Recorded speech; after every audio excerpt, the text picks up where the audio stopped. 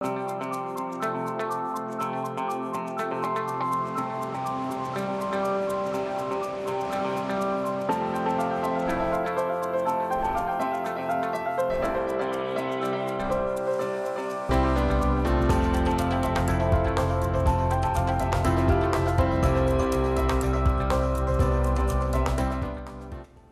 afternoon. Thanks for joining us across the fence. I'm Fran Stoddard.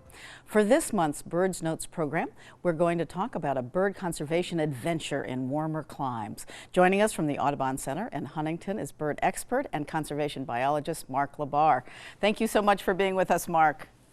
Always great to be here, Fran. So before we get to your recent adventure, you have a quick update on changes to the Vermont Endangered and Threatened Species list.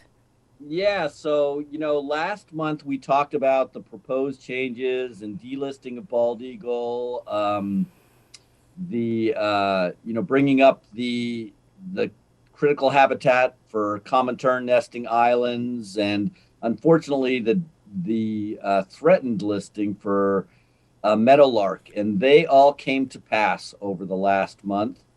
They're official. And I just wanted to let the viewers know that was something that had happened. And now we have another species, the bald eagle, which is, no longer on the endangered and threatened species list. Right. So that's the good news. We hope that the meadowlark is there soon. But there was this report we talked about briefly from Cornell. And I think meadowlarks in the last 50 years are down 90 million or more. It's just, among the 3 billion birds in general. So we've really got to work on this habitat, and it's why your job is so important. Yeah, I'm sure farmers 50, 75 years ago, the meadowlark was a common species that they heard when they were out on their farms, and, was considered pretty regular. And, now with changes in farming practices and loss of habitat as Vermont becomes less agriculturally oriented, that species has really taken a hit. Yeah. So now on to your trip and more fun stuff. Where were you off to this time? So I was back down in the Bahamas, and folks that have been watching the show for a while know that I've gone down to do work in the Bahamas in the past, primarily with piping plover studies to try to see the wintering plovers down there. But this time I got to work with a smaller bird, the Kirtland Warbler, and do work on an island called San Salvador, which is just off it's pretty much the easternmost island in the Bahama chain. So this bird, which uses the Bahamas and San Salvador and a couple of other islands as their wintering home. We were working on a conservation project there. So here's your team, and what kind of stuff are you doing there? So we were down there, and actually it was very plant oriented. So Kirtland Warblers like two plants called black torch and wild sage. So we were doing a lot of work to see whether or not we could, focus on planting them, much the same way we do with a lot of the species up here in Vermont, as far as creating more habitat for them. And I was working with Micah Kresh and his graduate student, Andrea, and we were, focusing on just seeing whether we could transplant, grow, and again create additional habitat for this species, which was once endangered in the U.S. Wow. So let's just quickly look at that. You have a great migration map of where these guys migrate from the Bahamas right up into Canada. Yeah, so you can see by this that they move from the Bahamas and on up, and they have a very small breeding range further north, and this is what was such the focus. And they use a lot of jack pine stands in Michigan and areas like that. So But as we start to think about birds in a more full life conservation kind of approach, and we start approaching it from, all right, so we've figured out the breeding habitat. Now let's start thinking about their migration paths and where they winter, and how Right. we can help them down there. So that's what you were doing. What exactly did you do? You're planting things for their winter habitat. We were, so we spent a lot of time out collecting seeds. This is Andrea here collecting what looks like black torch, I think, which is the shrub. So the habitat you can see behind Andrea is pretty much what these birds like, this big, huge island of scrub, short plants.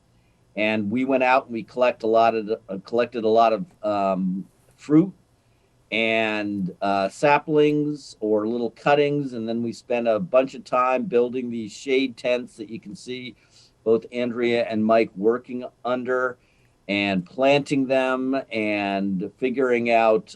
It was a very scientific approach, different techniques, different soil conditions, things of that nature, soil types. Um, so yeah, I was just along for the ride, so I could, these folks were in charge, and it was my vacation, so they just told me what to do, and I got up every morning. Where we were working at the Geraci research station on the northern end of San Salvador, and I had free meals made for me every day, and it Yeah, was tough. A tough life. and it was yeah, and it was warm. Yeah. The transition back to Vermont was a little tough. Right. But it's good to make sure that their habitat is doing well. And so what are some of the other local birds that you might have come across there that we see up here? So some of the local birds that are residents there, are things like the Bahamas Mockingbird, which looks very similar to the mockingbird we have here, but it's a little bit different. They were singing all the time when we were out in the scrub and working. Another bird which breeds in the southern U.S., the yellow-throated warbler. That was another bird we saw all the time, and just an awesome bird to look at. And they maintained a lot of the plumage characteristics on the breeding ground. And then another one that is local there that we heard all the time was the thick-billed Virio. And this, we have a number of different Virios that breed here in Vermont: red-eyed Virios, blue-headed Virios. So this was a nice change up. But they, all three of these, I guess the mockingbird and the Virio were the loudest of the two. But again, it was really nice to hear bird song. They were singing in the middle of winter for me.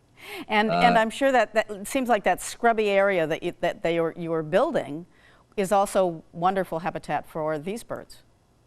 Yeah, it's San Salvador was once cleared, much like Vermont. It was used for farming and has since kind of grown back over.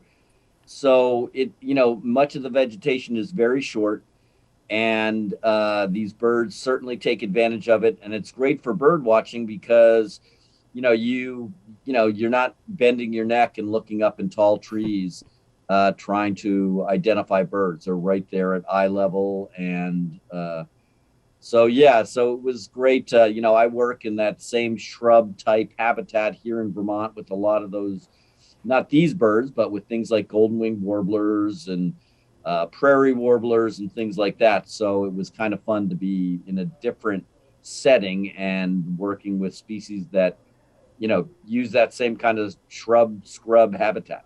So were there other warblers that you saw there that we might also see up here? Yeah, it's funny because, when we're down there, all over the place was this bird, the palm warbler. I mean, everywhere you looked, every time you were like, there's a bird, and you'd look at it, 75% of the time it was a palm warbler. These folks bounce their tails. They winter down there, and they're a species that touch into Vermont on our very northern fringe. They're much more of a northern species, but we see them in the fall. Another one, which is a bird which is kind of opposite from the palm warbler, is the prairie warbler. And this is a wintering site for prairie warbler. In fact, Mike did his PhD work on these species. And so, this bird is slowly creeping into Vermont. So we see it in the Champlain Valley, Connecticut River Valley. It may be a species as climate changes that we see more of. What a remarkable shot that was with the moth. But I'm sorry, go on to the next one. These are all insect eaters, insectivores. So they're taking advantage of, winter comes hard here. And so they're back down there feeding. And then this guy, the black-throated blue warbler, what's nice about this is this bird, the males at least, maintain their plumage throughout. So this is a species that, we can find in our forests all over Vermont and during the breeding season, the summer months. But it moves down to those tropical climes, Bahamas, into the Caribbean, and spends its winter there. Or we can flip the coin and say that those birds actually live there and they just come up to Vermont to breed. Okay. I want to make sure that everybody has your information. If they have a burning question, you can pass it along to Mark at the address on your screen, which is mark.labar@audubon.org. So email him there with your questions and pictures, and he'll try to find the answers for you in an upcoming edition of Bird Notes. And very quickly, Mark, I had 24 robins in my backyard for 2 days. It was so exciting, and a lot of people have a quick response to that. So, people think that robins migrate, and they do, but there are many robins that stick around, and as long as there's food out there, crabapple trees, ornamental fruit, they're more than happy to stick around and feed on that. So they're here. They're here. They are here. We are out of time, but we'll look for them and celebrate them in spring. So once again, Mark, thank you so much for joining us across the fence. I'm Fran Stoddard. Very welcome. Yeah, I'm Fran Stoddard. Stay well.